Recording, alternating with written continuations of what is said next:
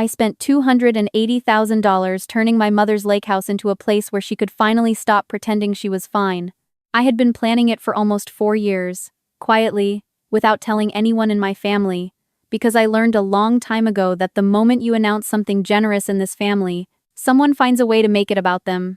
When I pulled into the gravel drive on a Friday afternoon in late September to check on the final walkthrough, my mother was sitting on the dock with her knees drawn up and her phone face down on the wood beside her. She didn't wave. She didn't stand up. She just looked at me the way she does when she's already decided to handle something alone and is calculating how much to tell me. There was a white SUV parked near the garage that I didn't recognize. The tailgate was open. A man I had never seen before was standing on the wraparound porch holding a tape measure and writing something on a clipboard. My name is Claire. I'm 31. I work as a forensic accountant, which is a job most people don't fully understand until they need one. What I do, in the simplest terms, is follow money. I trace where it came from, where it went, and who lied about it along the way. I examine financial records the way a surgeon reads an MRI, looking for the thing that doesn't belong, the transaction that was supposed to go unnoticed, the signature that appeared on a document someone swears they never signed. I've been doing this for 8 years. I'm good at it, and I didn't choose this career randomly. My father died when I was 22, heart attack on a Tuesday morning while he was replacing a gutter on the house he and my mother had owned for 35 years. He was 61. He had no life insurance because he'd let the policy lapse 3 years earlier without telling anyone. He had no will. He had a small pension and a checking account with $11,000 in it. My mother, who had spent her entire adult life as a school librarian, was left with a paid-off house, a 12-year-old Honda, and the quiet terror of realizing that the person who had always handled the money was gone and the money was almost gone too. She never said any of this out loud. She adjusted. She picked up substitute teaching shifts. She stopped buying herself anything that wasn't necessary. She began rationing her arthritis medication, cutting the pills in half because the copay had gone up and she didn't want to ask anyone for help. I found out about the medication when I visited one Thanksgiving and noticed her hands shaking so badly she couldn't open a jar of cranberry sauce. She told me it was just a bad day. I went into her bathroom that night and counted the pills. She was 3 weeks behind on her dosage. That was the night I decided 2 things. First, that I would never again allow someone I loved to suffer quietly because they were too proud to name what they needed. And second, that I would learn how money works, how it moves, how it's protected, and how people lose it, so that no one in my family would ever be blindsided the way my mother was. The Lakehouse had been in our family since before I was born. My father bought it in 1987 for $42,000, back when the area was nothing but woods and gravel roads and a lake nobody had discovered yet. It was a 2-bedroom cabin, simple and solid, with a screened porch that faced the water and a dock my father rebuilt twice. After he died, my mother couldn't afford the upkeep. The roof started leaking, the dock rotted, the septic system failed. She stopped going out there because every visit reminded her of what she couldn't maintain, and she is not a woman who tolerates feeling helpless. I told her I'd handle it. She assumed I meant I'd arrange to sell it. Instead, I spent 4 years working with an architect and a contractor I trusted, someone I'd vetted through 3 professional references and a background check, because that's who I am. I redesigned the entire structure. We expanded to 3 bedrooms. We installed a walk-in shower with a built-in bench and safety handles that looked like polished chrome fixtures, not medical equipment. We widened every doorway. We put in heated floors because her arthritis is worst in winter and cold tile is her enemy. We built a ramp to the dock disguised as a gentle garden path. The kitchen counters were set at 2 heights so she could work seated or standing. Every light switch was at a reachable level. Every door handle was a lever, not a knob, because knobs require grip strength she doesn't always have. Total cost including 4 years of back taxes, structural repair, redesign, accessibility features, new furnishings, and a prepaid property maintenance account I funded for the next 8 years. $280,000. I financed it myself, from savings and a carefully structured personal loan I'll have paid off in 6 years. I placed the property into an irrevocable trust with my mother as the sole lifetime beneficiary. The trust instrument, which I drafted with an estate attorney I'd worked with on 3 prior cases, specifies that the property cannot be sold, leased, rented, or commercially used without written authorization from the trustee. I am the trustee. The document was recorded with the county. A copy was filed with our family attorney. Another copy lives in a fireproof safe in my apartment, next to my father's watch, and the only photograph I have of him laughing. The surprise was supposed to happen on my mother's 68th birthday. I told her I was taking her out to the lake for a picnic, just the two of us. When we turned down the old road and the house came into view, she went completely still. She didn't speak for almost 30 seconds. Then she put her hand over her mouth and said, "Oh, Claire," and nothing else for a long time. I walked her through every room. She touched the countertops. She tested the shower bench. She stood on the heated floor in her bare feet and closed her eyes.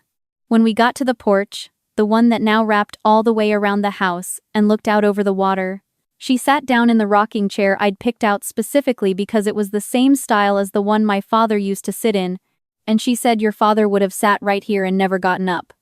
"I know," I said. "That's why the chair is there." We spent that first weekend on the porch. She made coffee in the new kitchen and carried it outside with both hands steady, and I realized I hadn't seen her carry anything with both hands steady in over a year. She rearranged the bedroom closet 3 times. She walked the garden path down to the dock and stood at the end of it looking at the water with her chin lifted the way she does when she's feeling something too big to name. On Sunday evening, as I was packing to drive back to the city, she stood in the doorway and said, "I haven't felt like this place was mine in a long time." "It's yours," I told her. "Legally, permanently, no conditions." I should have known it wouldn't stay simple. My brother Derek is 40. He is a man who has spent his adult life adjacent to effort. He graduated from college with a business degree he has never meaningfully used. He has started 4 businesses, none of which survived past 18 months. He married Vanessa 11 years ago, and Vanessa is the kind of person who speaks about money the way other people speak about weather, constantly, casually, and with an unshakable belief that more of it is always about to arrive. They have 2 kids, a house with a mortgage they refinanced twice, and a lifestyle calibrated to an income they do not have. Derek has not visited our mother more than 3 times in the past 2 years. Vanessa has not visited at all. My mother, who loves her son the way mothers love sons, which is to say with a loyalty that often exceeds the evidence, mentioned the Lakehouse to Derek during a phone call about 10 days after the surprise. She didn't mean to start anything. She was happy. She wanted to share it. She told him about the porch and the heated floors and the dock and the rocking chair. Derek asked how much the renovation cost. She told him she wasn't sure. He asked who was paying the taxes. She told him I had handled everything. There was a pause, she told me later. A long one. Derek called me that evening. His voice had the casual tone it gets when he's already decided what he wants and is working backward to make it sound reasonable. "Hey Claire," he said. "Mom told me about the lake place. Sounds amazing. Vanessa and I were thinking we'd bring the kids out this weekend, just a quick visit, let them see the water." I said that sounded fine. I told him the keypad code. I asked him to make sure someone was around when the lawn care crew came Saturday morning because they'd need access to the backyard shed. I didn't drive out that weekend. I had a deposition to prepare for and a client audit that was running 3 weeks behind. I told myself Derek was just being a good son. I told myself Vanessa was just curious. I told myself the trust was airtight and there was nothing anyone could do. On Monday morning my mother called me. Her voice was doing that thing. The thing where it stays perfectly level because if it wavers even slightly the whole structure comes down. "Claire," she said, "I think something happened this weekend that I need to tell you about."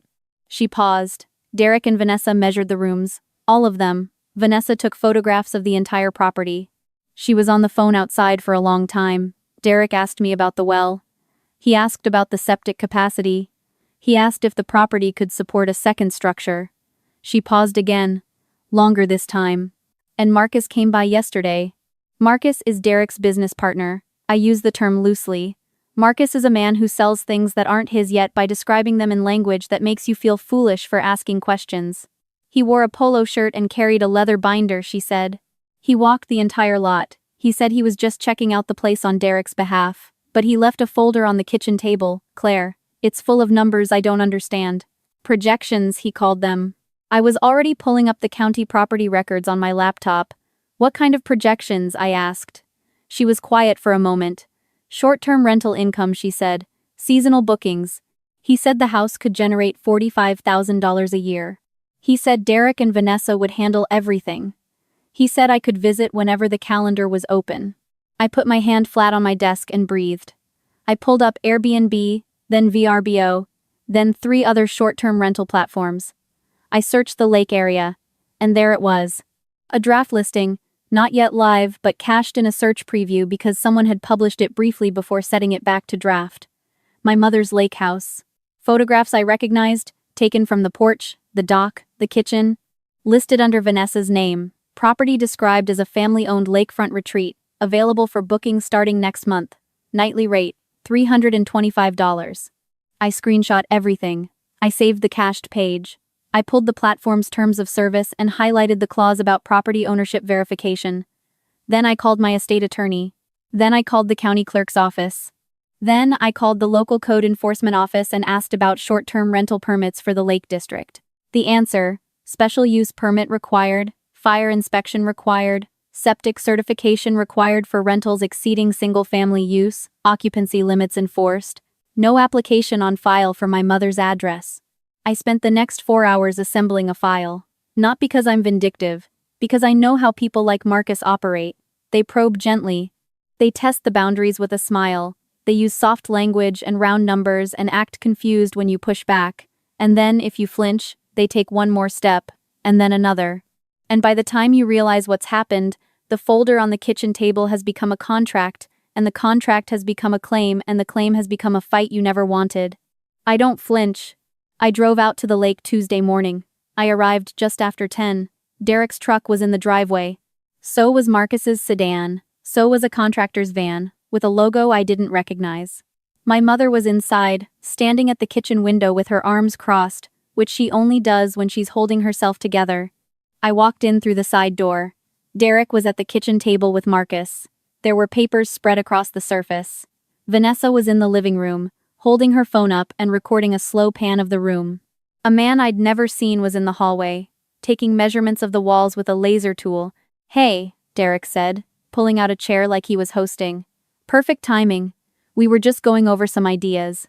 I set my bag on the counter. I looked at the man in the hallway. "Who is that?" I asked. "Just a contractor," Derek said. Vanessa found him.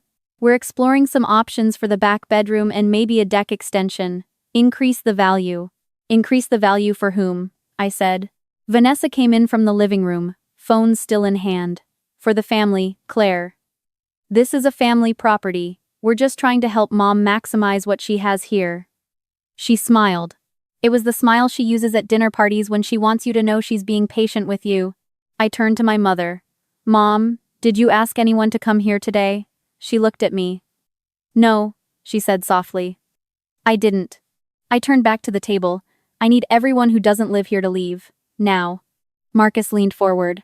"Claire, let's not make this adversarial. We have a real opportunity here. This property is sitting empty most of the year. The market in this area is exploding. A managed rental brings in 45, maybe 50,000 a season. Your mother doesn't have to lift a finger. We handle everything." I opened my bag. I pulled out the first document and placed it flat on the table. "This is the recorded deed," I said, "filed with the county 14 months ago. The property is held in an irrevocable trust. My mother is the sole lifetime beneficiary. The trust specifies exclusive residential use, no subletting, no short-term rental, no commercial use of any kind without written consent from the trustee. I am the trustee." Derek looked at the document, then at me. "You made yourself the trustee," he said. "I made myself the person legally responsible for ensuring this property is used according to its terms," I said. "Those terms exist to protect Mom." Marcus shrugged. Trust language gets challenged all the time. I placed the second document on the table. "This is a formal legal opinion from the estate attorney who drafted the trust, confirming that the trust structure is valid, properly recorded, and not subject to challenge by non-beneficiaries." Non-beneficiaries means every person in this room except Mom. The kitchen was very quiet. The contractor in the hallway had stopped measuring. I placed the third document on the table. "This is a screenshot of a rental listing on VRBO, published 3 days ago and currently set to draft status. It describes this property. It uses photographs taken from this porch. The listing is registered under Vanessa's name, at an email address linked to her personal PayPal account. My mother is not named. The property ownership is described as family-owned, which is a misrepresentation." Vanessa put her phone down. "That was just exploratory," she said. "I was just seeing what the platform looked like." I continued. I filed a fraud report with the platform's compliance team yesterday, citing misrepresentation of ownership. The listing has been flagged and will be removed within 72 hours. Vanessa's account has been placed under review. I placed the fourth document on the table. This is the county ordinance governing short-term rentals in this jurisdiction. Special use permit required. Fire safety inspection required. Septic capacity certification required for any use exceeding single-family residential occupancy. I called the code enforcement office yesterday. No permit application has been filed for this address. Violation fines start at $5,000 per instance and increase with each subsequent offense. Marcus wasn't leaning forward anymore. I placed the fifth document. A cease and desist letter, addressed jointly to Derek, Vanessa, and Marcus, formally notifying them that any further attempt to list, market, advertise, photograph for commercial use, or misrepresent the ownership or availability of this property will be treated as tortious interference with the trust. It also notes that the listing Vanessa created, using photographs of a property she has no legal interest in, and describing herself as the owner, constitutes potential fraud, and that I have preserved all evidence in the event that formal proceedings become necessary. I looked at the contractor. You should leave, I said. There is no authorized work on this property. He looked at Derek. Derek said nothing. The contractor picked up his tools and walked out. Marcus stood. He buttoned his jacket. This is a family matter, he said. It didn't need to go this direction. You brought a contractor to my mother's home without her permission, I said. You walked her property with a tape measure. You created a listing with her photographs. You told her she could visit her own home when the calendar was open. This is exactly the direction it needed to go. And it ends here. Derek stood up slowly. He looked at my mother. Mom, he said. She looked back at him. She didn't say anything. She didn't need to. Derek, she finally said. I didn't ask for any of this. Any of it. They left. Derek first, without looking back. Vanessa took her time, gathering her things, saying goodbye to the kids who'd been sitting on the porch steps the entire time playing games on a tablet, and pausing at the door to say, Claire, not everything has to be a legal proceeding. Some things can just be a conversation. I said that's true, and this conversation is over. Marcus was the last to leave. He stopped at his car and looked back at the house, the way people look at things they've already mentally converted into a dollar amount. Then he got in and drove away. My mother made tea. We sat at the kitchen table. The afternoon light was coming through the windows the way it does in early fall, warm and low and golden. She wrapped her hands around the mug and held it there. Derek asked about the septic system, she said, the first weekend they came. He asked about the well capacity. He asked how many bedrooms there were. She looked at me. I thought he was interested in the house. I thought he was being a good son. She paused. I should have called you that first night. It's not your fault, I said. You shouldn't have to suspect your own son. She was quiet for a while. Then she said something I think about every day. Your father used to say that the people who love you the most are the ones who stand in front of you when something's coming. Not the ones who stand behind you telling you what to do with what you've got. She took a sip of her tea. He would have liked these floors, she added. And I laughed, because she was right. 4 days later the social media posts started. Vanessa first, then Derek. Nothing that named me directly, nothing that mentioned the property. Just carefully constructed commentary about family dynamics and control, and how some people confuse generosity with ownership. Vanessa posted a quote, graphic that read, "True giving has no conditions." Derek reshared it with a caption about how disappointed he was in certain people he used to trust. A cousin texted me asking if everything was okay.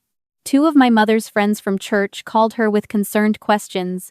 I drafted an email. I addressed it to Derek and Vanessa. I copied my firm's managing partner. The email stated that any verifiable public statements, whether direct or implied, that referenced me, my mother, or the property, and were materially false would be addressed as defamation. Any statements that caused demonstrable harm to the trust or its beneficiary would be treated as tortious interference. All future communication regarding the property was to be directed to my office. The posts were deleted within 24 hours. 3 weeks passed. My mother called on a Wednesday evening. Her voice was steady, but the steadiness was the kind that takes effort. Someone came to the house today, she said. A woman.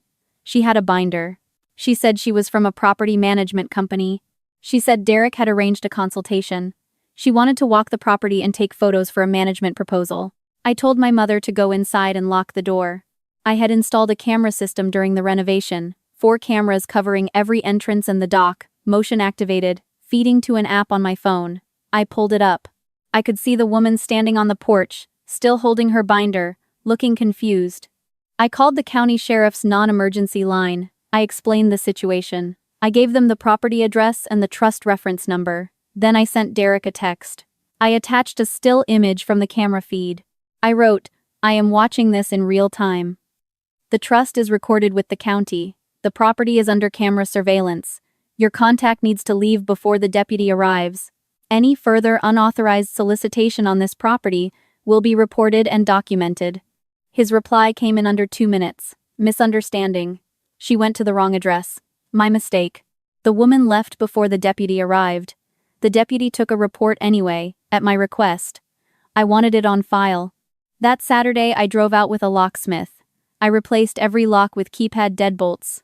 I upgraded the camera system to include audio recording on the porch. I showed my mother how to operate everything on the tablet I'd mounted in the kitchen. While I was testing the keypad on the back door, she stood beside me, watching. "You know what I think about sometimes," she said. "What?" I said. "How long I spent believing that keeping the peace was the same thing as being loved." She looked out at the lake. "Your father and I, we never fought. Not really. Not in a way that changed anything. I thought that was the goal. No conflict, no edges. Everyone comfortable." She paused. "But comfortable for who? Not for me. I was the one rearranging myself so nobody else had to be uncomfortable." She turned to me. "I think I taught Derek that. I think I taught him that my comfort didn't matter as long as his did. And now he believes it." "You're allowed to matter," I said. She smiled. "The real one. Not the one she uses when she's managing someone else's feelings. I know that now," she said. "I'm learning it late, but I'm learning it." Derek sent an email 5 weeks later. Subject line: "Can we talk?" 2 sentences. He acknowledged he'd handled things badly. He asked if we could have a conversation when I was ready. I read it once. I moved it to a folder. I haven't replied. Vanessa hasn't contacted me. Marcus hasn't contacted anyone, as far as I know. My mother goes to the Lakehouse every other weekend now. She drives herself. She keeps the porch light on even when she's not there because she says it makes her feel like the house is waiting for her. She called me last Tuesday just to tell me that the sunset had been especially good and that she'd sat in the rocking chair and watched it all the way down. What I understand now is something I spent a long time getting wrong. I believed that caring for people meant absorbing whatever they needed from me without limit. That if I named a boundary, I was the one creating the damage. That protecting something I built was the same as being selfish. What I know now is that a boundary is not a wall. It's a foundation. It's the thing that holds the structure together, so the people inside it can be safe. I didn't rebuild that lake house to own anything. I didn't do it to hold anything over anyone. I rebuilt it because I could see clearly what my mother had earned and what she had lost, and I wanted to give at least part of it back. A home where the floors are warm in winter. A dock where she can stand and look at the water without worrying about what she can't afford to fix. A rocking chair that reminds her of someone who loved her simply and without conditions. Have you ever given something completely, your time, your money, your effort, and then had to stand between it and the people who wanted to repurpose it for themselves? If you have, then you already understand what I'm about to say. Protecting what you built is not the same thing as withholding love. Sometimes it's the only way to make sure the love actually lands. Sometimes the most generous thing you can do is to say no, clearly, firmly, with documents, and without apology. Because love without structure is just hope, and hope, on its own, has never once kept the roof from leaking.